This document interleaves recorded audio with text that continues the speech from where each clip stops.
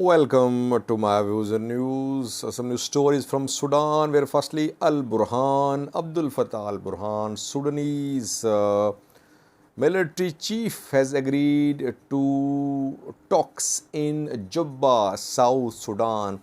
Just a few hours ago, South Sudanese minister talked to Al Jazeera. After that, Al Burhan, Sudanese armed forces issued a statement about the initiative by IGAD. The talks due to be held in South Sudan will be supervised by IGAD. What is RSF's position?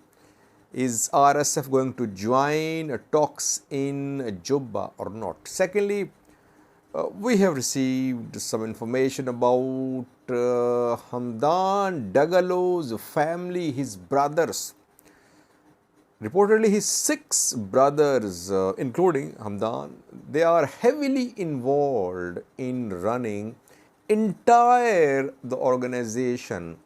Rapid Support Forces, RSF, are being run like a family company by Hamdan Dagalo and his brothers. What are his brothers' names? What do they do?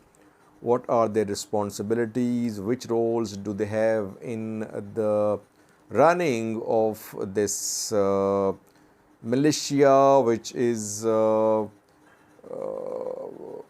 paramilitary industrial group as well, because several companies are operating which are being run by his brothers and his Rapid Support Force officials.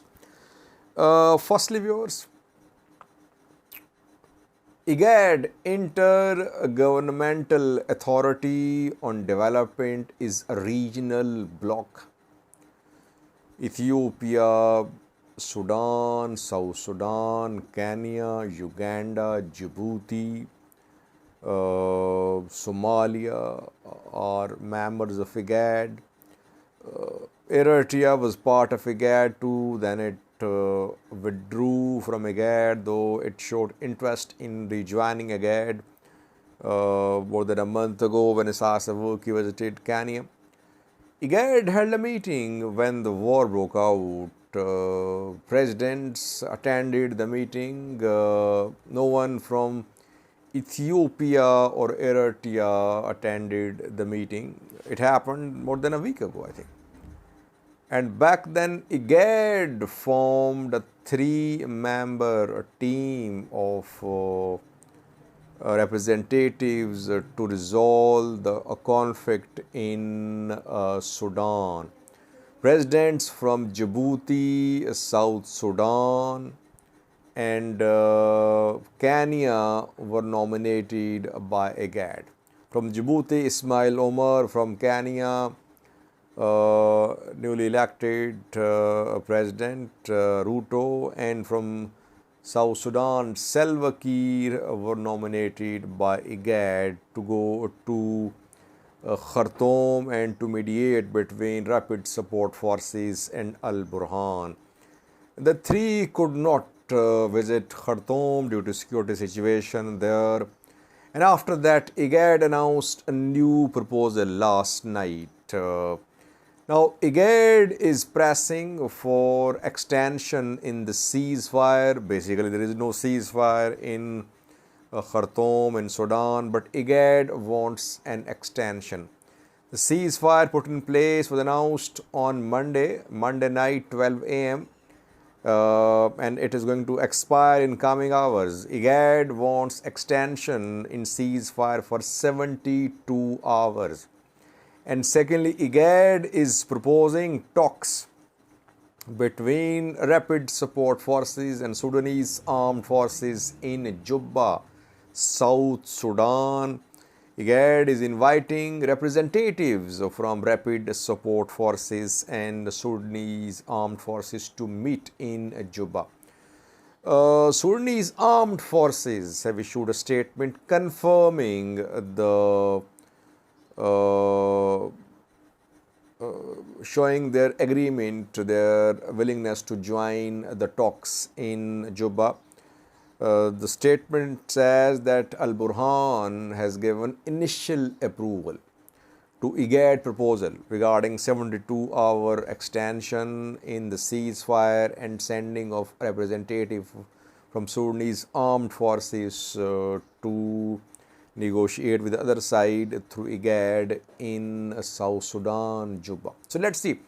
Rapid Support Force is silent. I have not seen any statement from RSF so far about the joining of talks in Juba or extension of ceasefire. Earlier ceasefires were mediated by the US, Saudi Arabia, and we have seen a telephonic conversation between Hemedti and Antony Blinken, Hemedti and Faisal bin Burhan, Saudi foreign minister. Her rapid support forces are silent so far. Is Hemedti going to agree to talks under the auspices of IGAD in South Sudan? We'll see in coming hours. South Sudan has stakes in Sudan because Sudanese oil is exported through South Sudan. South Sudan's economy is already faced with a crisis, and if this war goes on, South Sudan will face further economic challenges. Let's see, will the two parties meet in Juba? We'll see in coming days. Secondly, viewers, Rapid Support Forces of Hamdan, Dagalo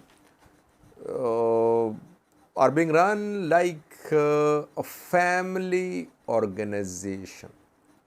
Basically, these are Janjaweed fighters.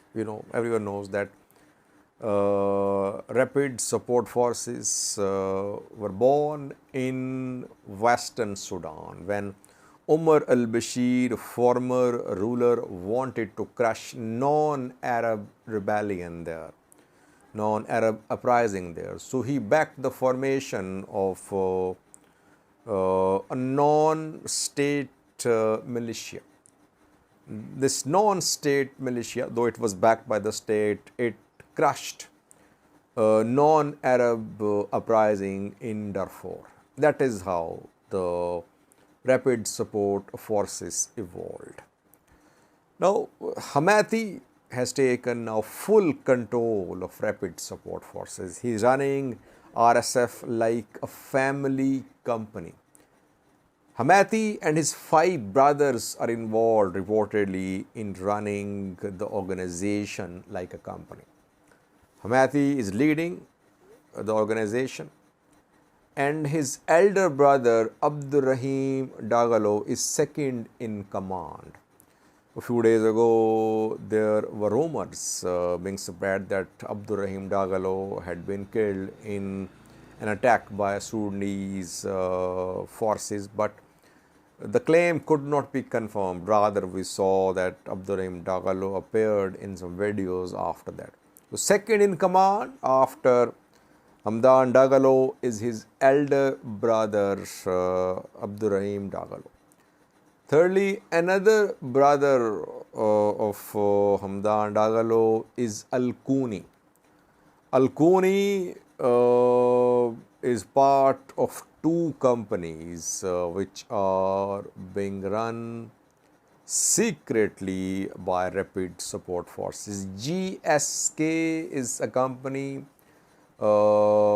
which is specialized in reconnaissance, in spying. This company is being run by Al-Kuni. And secondly, Taradeev is another company which is based in Dubai, which is being run by Al-Kuni, who is Hamdan Dagalo's brother. And 3 other Hamdan Dagalo's brothers are heavily involved as well.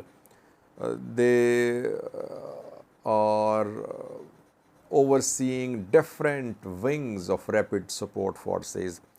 like one wing deals with financial issues, other with purchase of weapons. Then Al Junaid company is affiliated with Rapid Support Forces, and Abdurrahim Dagalo is one of directors of this company. Al Junaid is being overseen by Hamdan Dagalo's family, his brothers. And apart from his brothers, members of his clan, of his other members of his family are also involved. A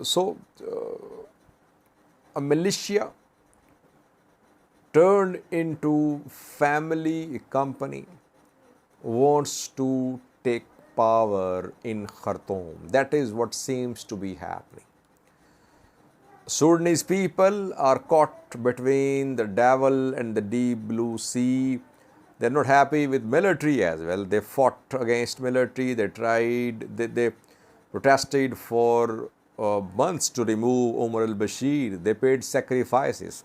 And after that, the military and civilians shared power in the form of transitional setup. Even that transitional setup did not deliver.